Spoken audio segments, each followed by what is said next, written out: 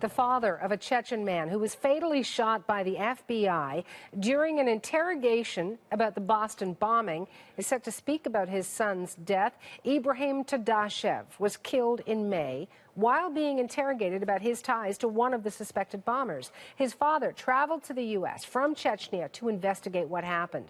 Arthi Pohl joins me live from Washington with the details. What do you know about this man's death so far, Arthi?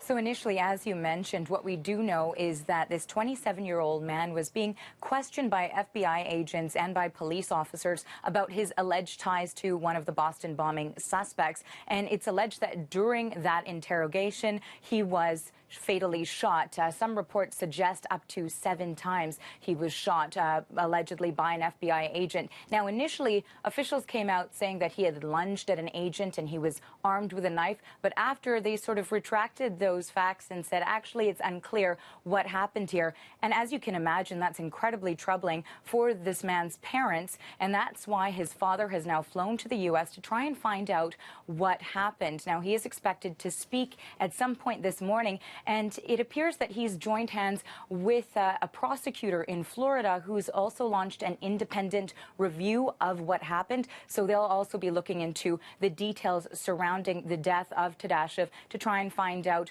what happened, what details they've learned about that, because it is again alleged that he was shot up to 7 times after 4 hours of being interrogated.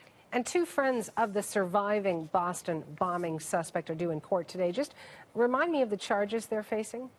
Yes, 2 college friends of Johar Tsarnaev, one of the Boston bombing suspects, are scheduled to make an arraignment today. And basically, they are charged with conspiracy to obstruct justice. Police allege that after the Boston bombing, they went to Tsarnaev's dorm room, university dorm room, and removed a backpack carrying fireworks and also a laptop and some other items. It's alleged they then tried to discard of them. Those items were then found in a landfill. Now, both of these friends are from Kazakhstan originally. They were in the U.S.